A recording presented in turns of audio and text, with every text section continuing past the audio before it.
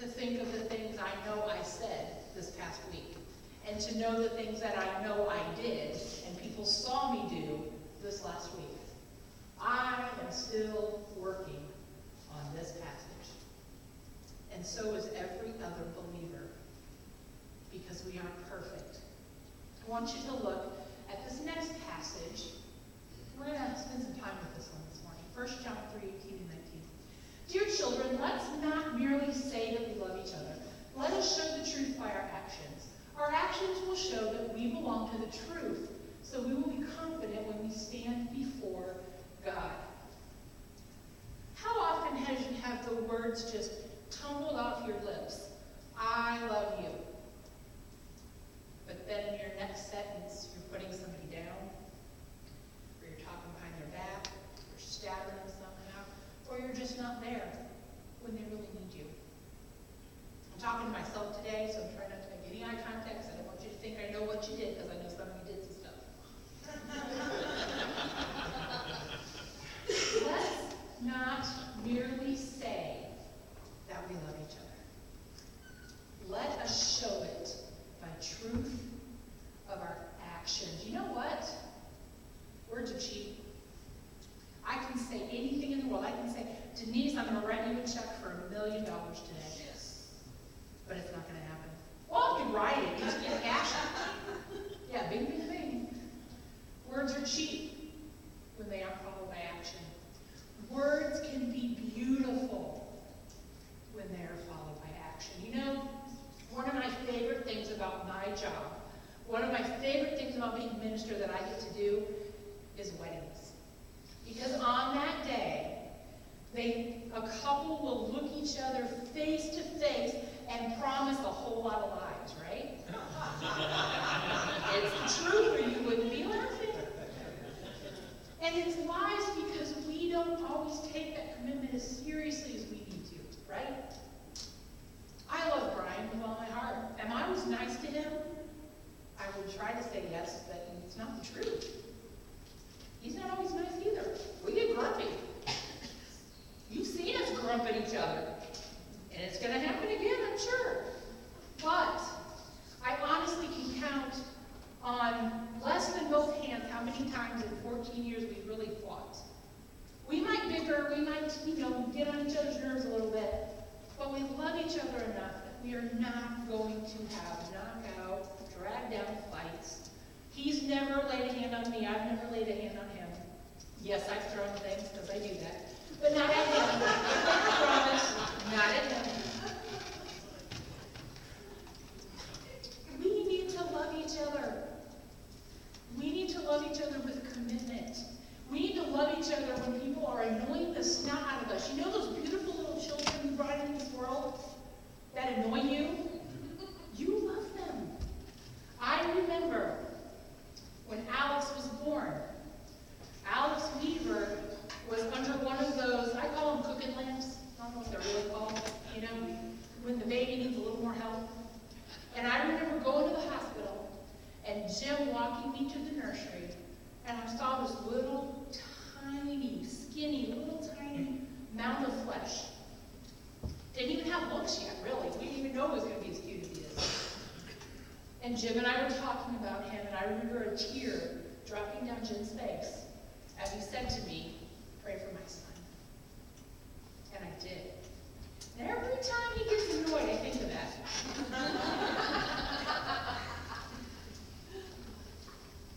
We love our children. We love the people we commit to spend life with. We love each other, or we wouldn't be here. So let's do better than just what's easy. Is that okay? It's hard. Our world teaches us to focus on ourselves. Look out for number one. I love country music. Most of you know that about me. Some of you call it a flaw. That's fine. Country music. This is one of the themes over and over and over and over. Look out for number one. And you can go with country music and look at rap music and even the contemporary stuff. It's the same thing. The worldly music is telling us what? Look out for number one. And yes, we have to take care of ourselves. But how do we take care of ourselves and love as Christ loved? That's the merge we have got to Look at this passage again. Dear children, let's not merely say that we love each other. Let us show the truth by our actions. Our actions will show that we belong to the truth, so we will be confident when we stand before God. Talk isn't enough. We have got to do it. We have got to do it. I am a huge Nike fan, and I love their campaign, Just Do It. Y'all know. It should be the Christian metaphor. It should be our purpose statement. Do it. Talk isn't enough. We need to do it. We need to figure it out. And the way that we figure it out is we ask these questions. What is your focus? When your focus is off, your priorities are off. So if we are calling ourselves Christians, if we are people who say, my goal is to live as Jesus lived, my goal is to love as Jesus loved, how many of you are going to have to look back at your actions this last week and say, fail? When our focus is off, our priorities are off. We have got to be about people. When we are willing to figure out the truth, that's when things will start to change in our life. And I wish I could tell you if you do it one time, it'll be super simple and every other time will be easy. It's not the truth. The truth is, Jesus loved people when it was hard. Jesus loved the people he wasn't supposed to love according to worldly standards. Jesus loved the prostitutes. Jesus loved the drug dealers. Now at that time it was a little different, but there was a lot of messed up stuff. Jesus loved the tax collectors who were robbing people blind. Jesus loved the lepers. Oh my gosh, the people who were so contagious, they weren't even allowed to be in the city walls. Jesus loved people. And even more, Jesus loves sinners, which is you and me. We've got to figure out what the truth really is. And this is what we're going to be talking about all of January and February, is what is this truth and why should we love as Christ loved? Look at the second part. Our actions will show that we belong to the truth. So we will be confident when we stand before God. You've heard me say it 1,000 times, and if you haven't, you will, because I'm going to keep saying it.